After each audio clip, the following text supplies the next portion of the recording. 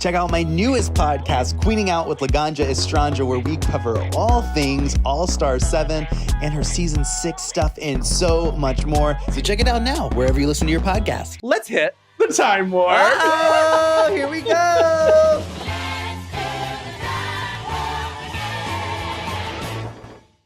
It's episode 8 of season 6. You are in the comedy stand-up challenge. It led to so many iconic moments. Ganja's in the house. Ew. Was that your full speech or was there more? No, that's definitely edited, which is why I have to read it because, no, not that I would remember the full speech anyway, but no, it definitely was edited. It was much longer. And look, I'm just really grateful that at the end of the day, as bomb as it was, and bad bomb, it eventually became good bomb. Yeah. And I love that people celebrate it now and laugh. And I try to laugh with them because I do think a lot of it was really funny. You know, it just didn't happen to land in that moment. Was it as bad as the edit made it out to seem, or did you get laughs and did you have? Well, I still think the edit was really funny. So when you say that, do you mean the audience not laughing? Yes, correct. Yeah, no, that still happened. The audience didn't laugh, but I still think it's funny. I'm sorry, dry as your vagina is iconic. It was hilarious. I also think the funny thing is that people took the video and then just inserted laughs after everything. I love that because it shows you the power of editing. Yes. Yeah. How long does it take you, or did it take you to write that? Did they give you a prompt? How did you even decide that? Right. So we were definitely given a prompt. That's where I did my famous underneath the table with the no smoking sign. And I just saw a recent meme where I'm talking to myself and I'm and I need a transition. And they were and she did. And I was oh, that's but yeah, so I probably worked in the workroom for 2 to 3 hours. Okay. And then we had Bruce Valanche work with us on the sketch, and he loved me. He thought I was so funny, and I left feeling so confident. Wow. But I went into the workroom and I actually lied to all of them and was I did really bad. I'm so nervous. And I think ultimately that's why I set myself up, is because I was trying to play games, and girl, you just can't play games. They will end up biting you in the ass. And well, it did. So also Polly was on the show too, and I remember he worked with us off camera. And yeah, everyone's built me up as for it to be this big funny moment, and then it was just crickets. Oh my gosh. And then you're on the main stage. Yes. It's after the challenge. Yes. And you had your breakdown moment. I did. I felt very attacked. Mm-hmm. Although I felt very attacked before or after the runway? It was while the judges were deliberating. Correct. Right. So it was before I had to lip sync.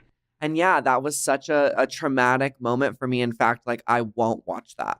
Really? Yeah, I won't watch it. I mean, I've made fun of the I feel very attacked. I've made merch with it now because I'm always of the belief if you can't beat them, join them. Mm-hmm. But yeah, it was a really hard moment. And I really do still feel to this day that the girls came for me. I mean, I know Adore was famous for saying well, that's not how I wanted to do it. And I truly believe that at the bottom of my heart. But I just think because so many of them ganged up on me at once, it's one of the very few times I've only had a full-on panic attack. It was very intense, and I'm just glad that I survived it and that I have been able to laugh at it because at the end of the day, we all make mistakes. Nobody is perfect.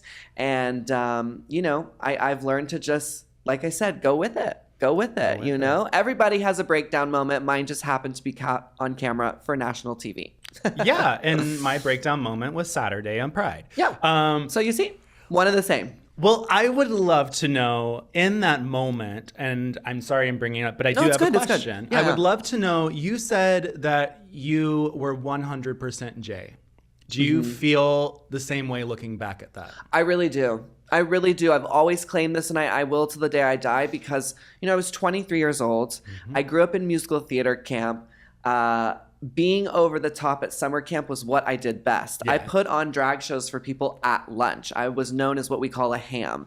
Always turning it up, always talking, always moving, always grooving. And, I went into that TV show with the advice from Melissa Edwards, which was keep the cameras on you at all time. Do whatever you have to do to make sure you're stealing the scene. And so that's exactly what I did. Now, if I were to go back to the competition, which I won't, but if I was, would I do it differently? I do believe I would. Because I'm a different person now. Yeah. I've grown, I've matured, I've come into my truth. And so I don't think it would be the same, But I do think it would be similar because I am still similar. I am still over the top. I am still a ham. I still do turn up for the camera. So I just think it would maybe be a little bit more toned down. Yeah. Because I've learned I don't have to do so many antics to get people's attention. You know, there's a line that, why is her name leaving me?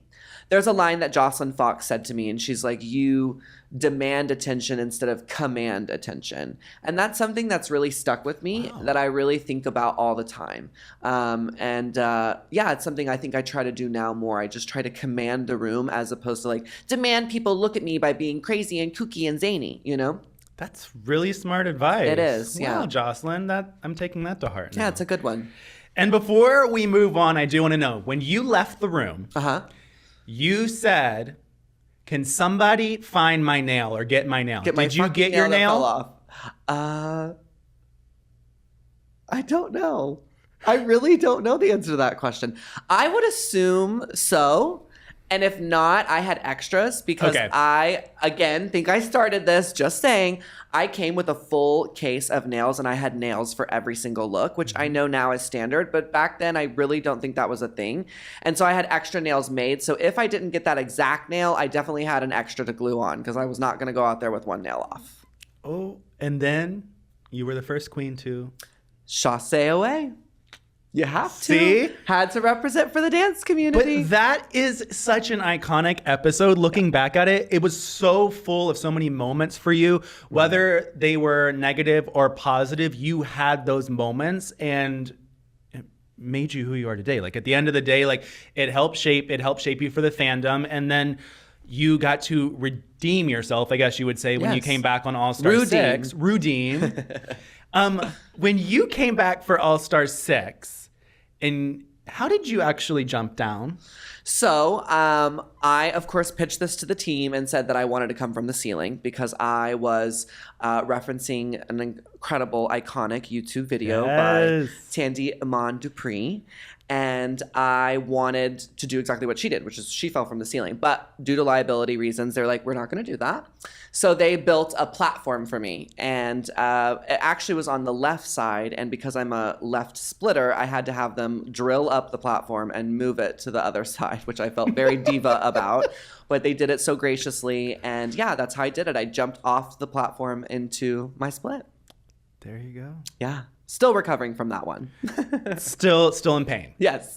Still on CBD topicals. At least you're not like the UK girls that always jump on their knees. Oh, yeah, I've seen that. I don't know why. The knee flop. Yeah, the knee flop. Mm-hmm. Yeah, it's an interesting move. Well, before we get into this challenge, we're going to exit this time warp.